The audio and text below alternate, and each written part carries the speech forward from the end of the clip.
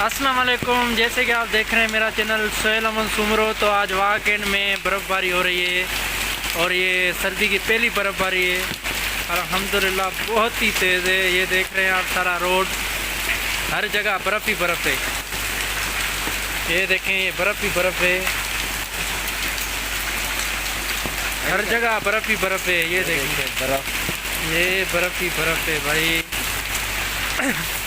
ये हम भी निकले हुए थे किसी काम से, हमारी भी हालत हो गई है। ये हमारी बाइक की पूरी हालत हो गई है।